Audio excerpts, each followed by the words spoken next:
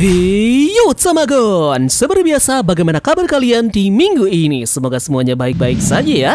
Kejadian mengerikan semakin intens terjadi di negeri Elbaf selepas para ksatria suci menghadirkan mimpi buruk dengan menggunakan anak-anak raksasa sebagai sandera mereka untuk menghancurkan perpustakaan dan juga sekolah yang ada di tempat tersebut. Belum lagi kekacauan makin menjadi-jadi selepas kita mengetahui pada chapter sebelumnya Gunko sekarang dirasuki sosok anomali mengerikan, yakni Im-sama yang mencoba untuk mengambil alih tubuhnya. Kini kondisi pun mencekam dialami oleh semua orang yang ada di dunia matahari pasca bos terakhir pun turun tangan untuk menghancurkan mereka semua. Nah, sebelum hal ini terjadi, kita sudah melihat penampilan yang luar biasa dari kekuatan pria terkuat di Elbaf. Bersamaan dengan diperkenalkannya penjahat utama dari segi cerita waktu saat ini, yakni Im-sama yang agung. Yep. Sekarang, bagaimana skenario akan terjadi setelah Gunko ini kesurupan dan tentu keadaan sekarang dalam bahaya? Bagaimana jika sekarang Im-sama ini sukses dalam misinya dengan menghancurkan apa yang memang menjadi targetnya di pulau tersebut, yakni perpustakaan dan juga sekolah yang ada di sana? Otomatis ini pun akan membawanya pada tujuan selanjutnya, yakni untuk bisa mengendalikan Elbaf di bawah kendali pemerintahan dunia, dan ini langsung akan bisa terwujud. Sudah sekian lama sekali Im-sama menantikan momen ini karena dia harus menunggu waktu yang tepat untuk memang bisa mengakuisisi pulau Elbaf dan para raksasa ini yang akan segera dia kendalikan. Kita tahu semua bahwa dia pasti menyimpan hal yang tidak ingin dia hancurkan di negeri tersebut, maka dari itulah Im-sama hanya menargetkan perpustakaan dan juga sekolah yang ada di sana, karena kedua tempat ini menyimpan informasi seputar abad kekosongan yang hilang. Nah, kemudian ada pertanyaan kenapa dia tidak menghancurkan Elbaf sekalian saja dengan Mother Flame. Lagi ada hal yang dia tidak ingin hancurkan di negeri tersebut. Dan salah satu alasan utamanya tentu saja adalah penduduk asli yang berada di sana, yakni para raksasa yang ingin dia kuasai untuk dia jadikan alat tentara pasukan pribadinya untuk menguatkan pertahanan yang ada di Tanah Suci.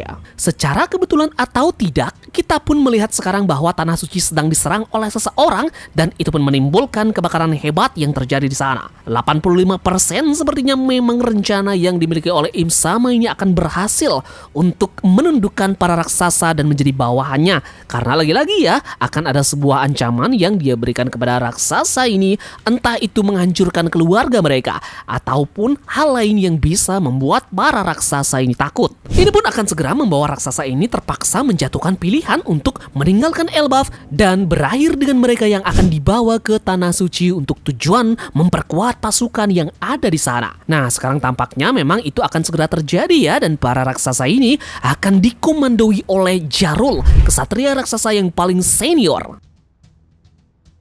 Di sini pun terhubung dengan chapter 1141 dengan judul Wanita yang Lebih Tua. Ini menunjukkan Jarul yang sangat menyukai wanita tua dan tentu saja bisa merujuk kepada wujud dari Im-sama nanti. Dengan cara yang tidak diseganya inilah musuh Luffy di alur Elbaf akan otomatis melawan para raksasa Elbaf di negerinya sendiri. Kemarin Luffy sempat berkomentar ya bahwa dia tidak akan ragu untuk melawan siapa saja, tidak terkecuali para raksasa, jika mereka menghalangi jalan Luffy dengan keputusan yang dia ambil. Nah, jadi proses ini akan menghadirkan beberapa drama yang menarik di mana para raksasa pasti akan semakin membenci Luffy karena sekarang dia bersama dengan Loki yang sudah dia bebaskan. Loki tentu adalah perwujudan kebencian yang dimiliki oleh para raksasa selama ini. Pangeran terkutuk tersebut sangat dibenci dan tidak disukai oleh para raksasa. Jadi dengan Luffy yang membawa Loki ke medan pertempuran di dunia matahari nanti, maka ini akan membuat semakin panas kondisi yang terjadi dan Luffy pun akan semakin dibenci oleh para raksasa. Pastinya pertarungan pun tidak akan terelakkan lagi dan Luffy, Loki, dan para raksasa akan bisa terbunuh satu sama yang lainnya. Im-sama pun akan mencari fokus beberapa sumber informasi tentang abad kekosongan yang masih belum terselesaikan, dan ini akan memecah beberapa faksi raksasa yang berada di negeri Elbaf. Im-sama juga sepertinya tidak akan berada dalam waktu yang cukup lama di negeri Elbaf, mengingat markas yang dimiliki saat ini tentu saja sudah terjadi kekacauan yang sangat besar. Jadi di Elbaf dia akan fokus untuk mencari apa yang ingin dia musnahkan. Setelah itu baru berupaya untuk mengamankan Tanah Suci, membantu para kesatria suci yang lainnya berada di tempat tersebut. Nah, menarik untuk melihat Im-sama yang mengatakan pada chapter terakhir bahwa Mu akan menunjukkan bagaimana seorang dewa menguasai dunia. Yep, Adapun makna dari Mu, kanji yang mengungkapkan dapat diartikan sebagai kekosongan ataupun ketiadaan bentuk yang mutlak.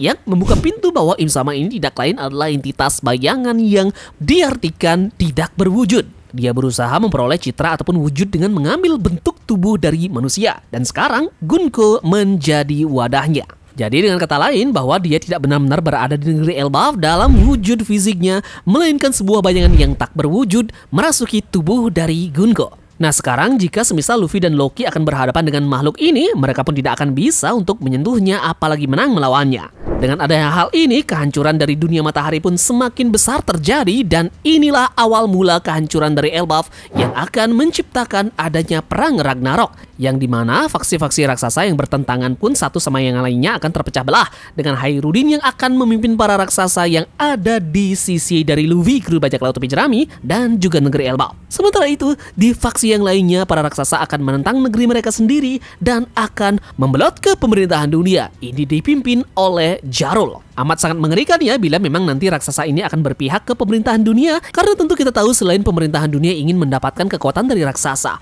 mereka juga akan mengambil dan meneliti beberapa gen raksasa yang akan mereka uji coba untuk membuat raksasa buatan. Kalian bisa bayangkan saja bagaimana hancurnya dunia ini jika memang pemerintahan dunia sukses untuk membuat pasukan raksasa buatan yang jumlahnya tak akan terbatas. Ini akan mendorong dan membantu pemerintahan dunia dalam segi keamanan dan juga upaya dari para bajak laut yang ingin membuat kekacauan di Tanah Suci. Kekuatan tempur ini pun bahkan memang tercipta akan setara dengan kekuatan dari Yonko itu sendiri. Bahkan lebih, ini pernah disinggung oleh Big Mom sebelumnya. Maka dari itulah ya Big Mom sangat gencar untuk mencari ras raksasa di bawah asuhannya.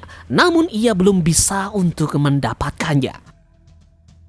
Kemudian siapa yang melakukan kekacauan di markas dari pemerintahan dunia ini? Tidak lain tentu saja adalah revolusioner. Kurohige juga bisa menciptakannya. Namun di sini Kurohige akan menciptakan sebuah peluang besar demi keuntungannya sendiri dan bahkan akan membantu nanti pemerintahan dunia ini dalam menanggulangi pemberontak yang sudah masuk ke Tanah Suci. Mereka akan mengambil keuntungan agar pemerintahan dunia mau untuk menjadikan Hachinosu sebagai kerajaan yang sah dari bajak laut ini. Tentu dalam upayanya ini Kurohige tak akan turun tangan, melainkan akan mengutus anak buahnya ini untuk melakukan upaya negosiasi terhadap pemerintahan dunia. Yap, jadi overall dimulailah rencana besar dari organisasi revolusioner ini untuk menggulingkan pemerintahan dunia. Berawal dari mimpi buruk yang akan mereka ciptakan di Tanah Suci, tanah kelahiran dari para naga langit itu sendiri. Dragon dan juga pasukannya ini tentu tahu bahwa mereka tidak akan mungkin gegabah dalam melancarkan serangan ke markas besar dari musuh ini. Jadi, panggung sekarang diambil alih oleh revolusioner dan mereka tahu bahwa pergerakan dari Im Sama dan pemerintahan dunia sekarang terbagi menjadi dua cabang. Dan inilah momen yang tepat untuk menghancurkan Tanah Suci Marijoa.